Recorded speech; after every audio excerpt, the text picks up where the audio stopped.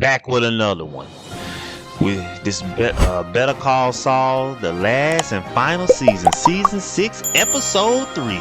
They titled it Rock and a Hard Place. I guess every title's gonna have "and" in it, I guess. But the first 20 minutes of this episode, it looks like they dedicated it to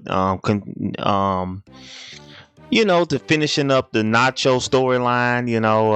Most of the scenes in this episode has Nacho in it, and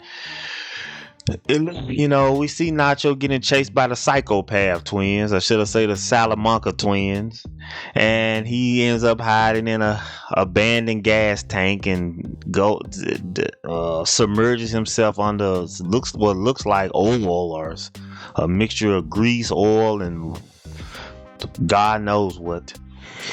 Probably grease, oil, and coyote pee for all we know. We don't know what was mixed up in all that stuff. But anyway, he submerges himself and he gets away from the Salamanca psychopath twins. And he ends up going to this gas station. And he's washing off with the hose. And the guy at the gas station, or I guess you could say, car shop. Car repair shop. The guy, he helps Nacho, and in the end, when Nacho gets ready to leave, Nacho leaves a stack of greasy money with oil drenched in it, greasy oil money, just like Nacho would, because for him to be somebody in the underworld, crime world, he's a pretty stand-up guy. He's a pretty fair guy. He don't believe in hurting innocent people, I guess. And but I think one of the main important scenes during this first 20 minutes or so of the episode was the conversation that Nacho and his father have.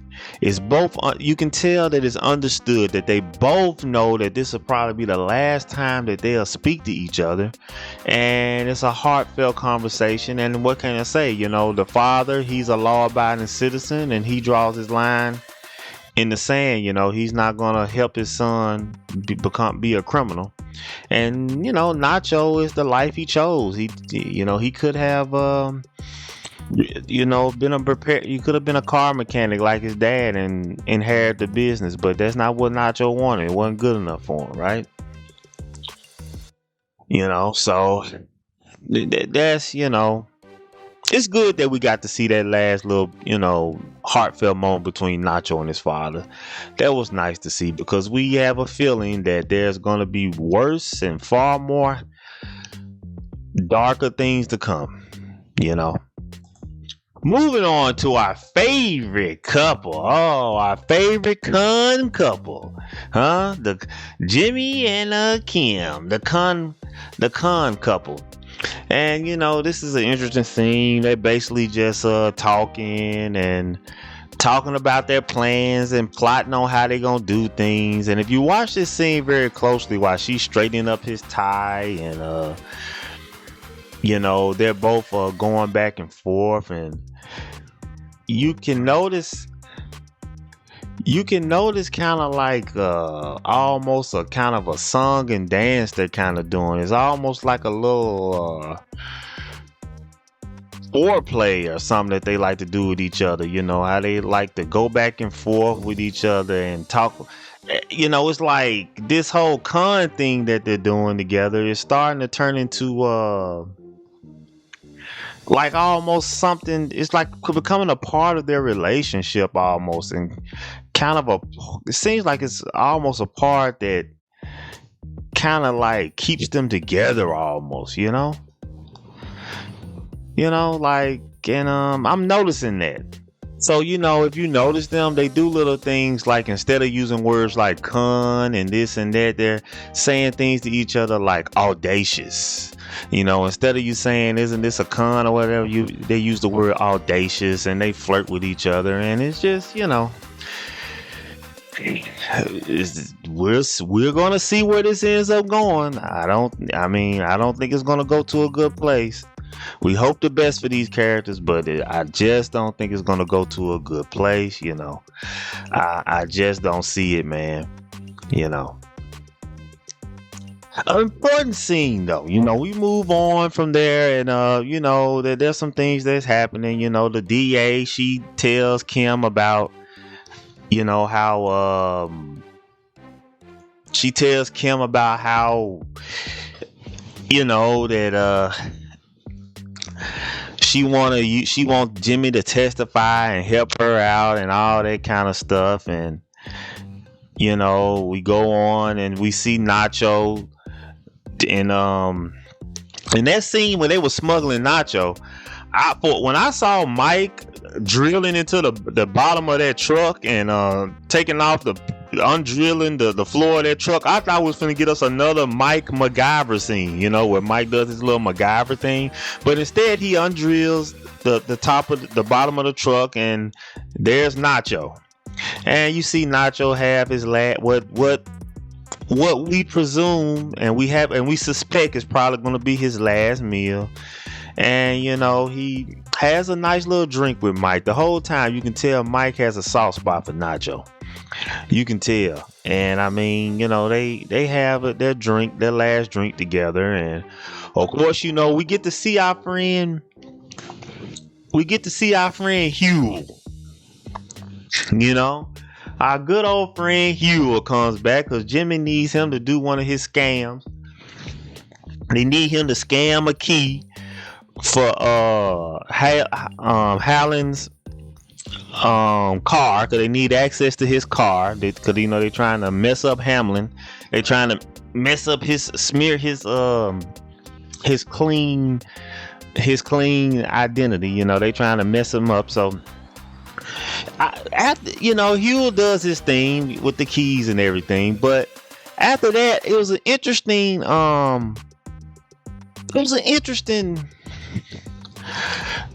scene they had together, where Hugh, he kind of like, Hugh kind of just like asks him just an honest question. Hugh asks Jimmy, he says, "Jimmy, can I ask you a question?" And Jimmy says, "Yeah." And Hugh's like, "Look, man, you're a lawyer." And Jimmy's like, "Yeah. And you make legitimate money, right? Honest money, right?" And Jimmy says, "Yeah." "Good money." And Jimmy says, "Yeah." And Hugh was like, "You got a wife? She's a lawyer." "Yeah. And she makes honest money." And Hugh was like, "Why are you doing this stuff, man? Why are you doing this? In other words, why are you running these cons and doing this illegitimate stuff, man?" That's what Hugh asks him. And Jimmy, just as he always does, he says, "No, see, you don't understand, Hugh. Like, what I'm doing, this is going to benefit a lot of other people in the future. You'll see in just a month or so, this is going to benefit a lot of people." And Hugh gives him that look like, "Yeah, whatever, buddy. I don't," what I'm saying? Like, "Yeah, whatever." And I just think that was a good question by Hugh. Lavelle Crawford. That is just a good question. Like, why is Jimmy and why are Kim doing this? I think that's a real good question. Like, why are they living these double lives? Why are they running these unnecessary cons? And I think at the end of the day, my opinion, I think that Jimmy and Kim, they have an addiction. They have an addiction to the cons. It's just like any other addiction. They get some kind of an adrenaline rush.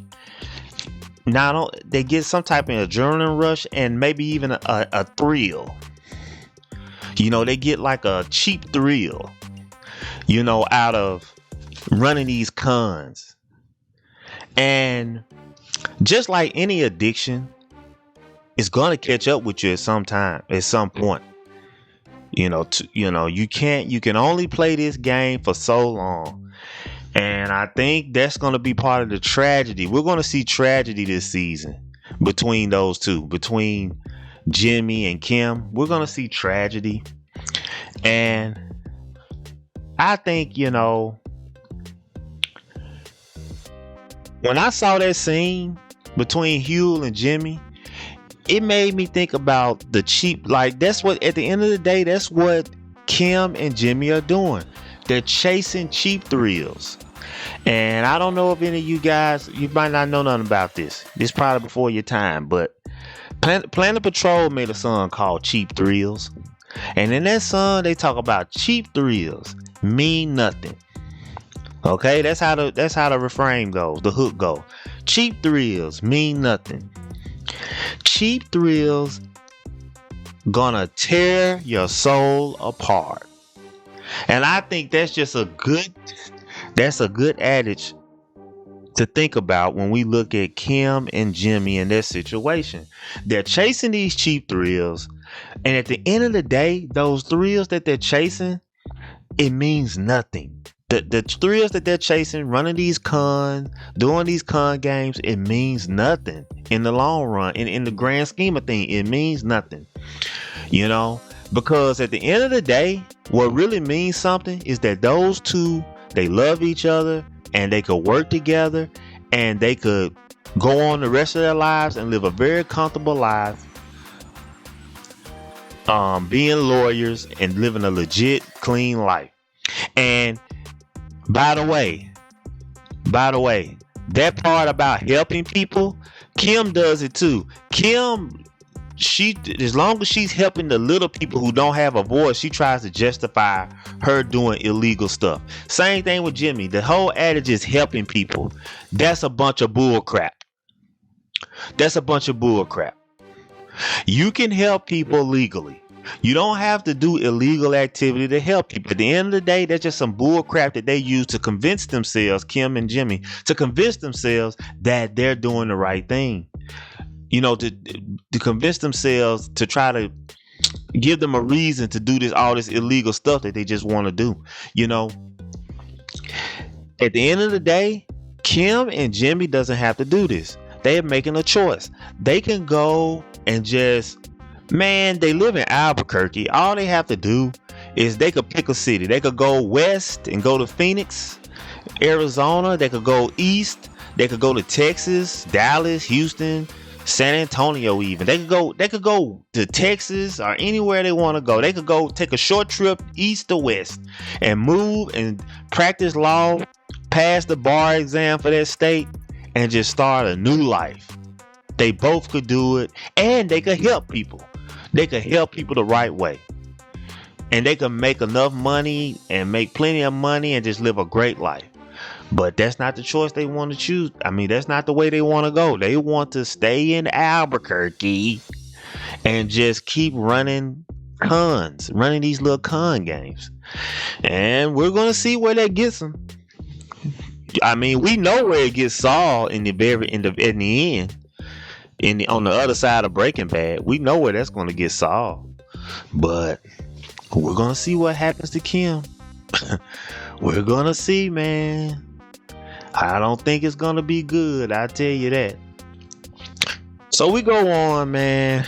We move on to the final few scenes, the final couple of scenes here at the end of this episode where we saw it coming. I mean, you know, Nacho agrees to do whatever Gus says because, you know, Gus is threatening to harm his father. This is what Nacho feels he has to do because he wants to protect his father. His father's an innocent man, and that's what he feels he has to do to protect his father.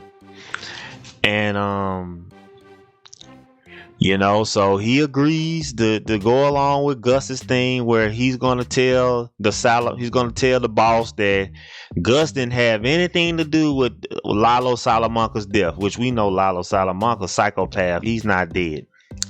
But so for a minute, when they had Nacho on his knees and the boss kept asking him like, who put you up to this?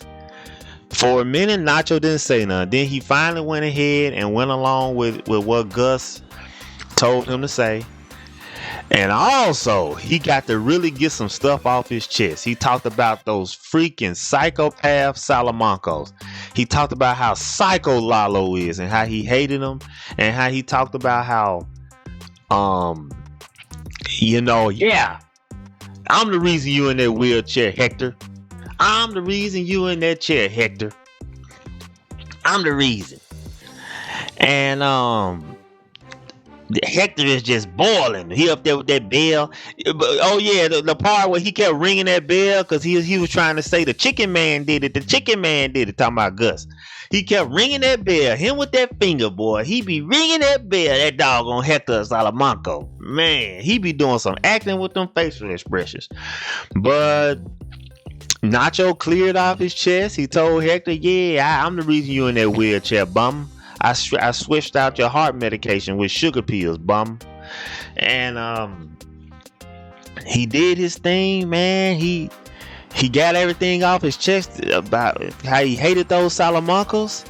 And then he got I think he had a blade hidden in his hand. He got that blade, stabbed the guy in his leg, the boss in his leg, and took his gun and held him at gunpoint.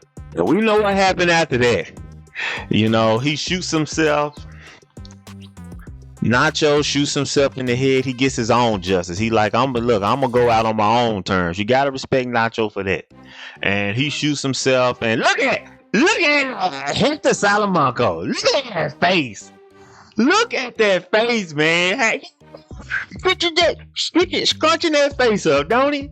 He be scrunching. But Hector, you better chill out when you have another stroke. Scrunching that face out. You ain't gonna be able to ring that bell after this stroke. That finger ain't gonna be no good. And he's looking and he's just enraged in that wheelchair. And I think a weird kind of silly thing is the Salamancas, they show you how crazy they are. They gonna pick up the wheelchair and bring the wheelchair over to his body and give him the gun and let him shoot at Nacho's dead body. Like that means anything. Like, what's the purpose of that? You just wasting bullets. You wasting good valuable ammunition just shooting the body. For what? For what, man? I mean, and then they show Mike. When Mike walk off, they show Mike. Of course, Mike is sad, but when Mike end up walking off, they still shooting at the body at the end of the episode. They still shooting at it, man. I'm like, what the heck, man? What the heck is going on? But you see Mike. At first, Mike was hoping Nacho would shoot him. He was like, Nacho, do it. Nacho, do it. He wanted Nacho to shoot him. And Mike was rooting for Nacho the whole time. But you can see this affected Mike. And I think I see why they killed off Nacho. It's the end of the show, but this Nacho killing himself, this is going to have some effects going forward in the show. This is going to affect, it definitely has affected Mike. This might has affected Mike for the rest of his life or whatever, seeing this with Nacho. I mean, Mike did not want Nacho to die. He was rooting for Nacho. You can tell the whole time Mike was rooting for Nacho. He didn't want Nacho to die. So this is going to be interesting going forward, how this is going to affect Mike. This is going to affect Mike in some ways. We're going to see later on. Mike is going to make some decisions and do certain things because of this. Mike might get some vengeance for Nacho's death in a way. He might get his own, Mike is a smart, calculated kind of guy. He might get his own little vengeance, in some kind of way. I can't wait to see, man. Like, this is going to be good, man. And we're just getting started with this. This is just episode 3. But that's part of my predictions there with Mike and everything. But